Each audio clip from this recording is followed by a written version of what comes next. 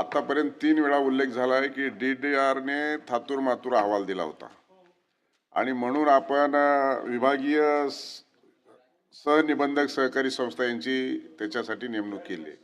आपण 3 वेळा जर त्यांनी थातूर मातूर अहवाल दिला होता, आता आपण आता फ्लोअरवर 3 वेळा 2 वेळा मान्य केलंय, तर त्यांनी थातूर मातूर अहवाल का दिला ते सन्मान्य सदस्यांनी जो प्रश्न विचारला आहे त्या अनुषंगाने सभापती महोदय तोच विषय आपण जरा थोडंसं अजून लक्ष म्हणजे त्याच्या माध्यमातून त्यांनी काय सांगितलंय की हा जो जॉईंट रजिस्टरचा जो अहवाल आहे तो आता तारीख आजची आपली 24 आहे, ते 28 तारखेपासून पर्यंत येणं क्रमप्राप्त आहे. तर तेच विषय चर्चेला झाला की 28 तारखेला परवाचा दिवस 28 आहे. सभापती मध्येच काय सभापती महोदय हा विषयाकडे आपण लक्ष द्या की 28 तारखेला कुठलाही प्राथमिक अहवाल आपल्याकडे प्राप्त झाला नाही तर कारवाई कशावर करावी हा प्रश्न आपल्याकडे येत असतो. आणि मग 28 तारखेला जो अहवाल प्राप्त होईल त्या अहवालावर कडक कारवाई करण्यात येईल.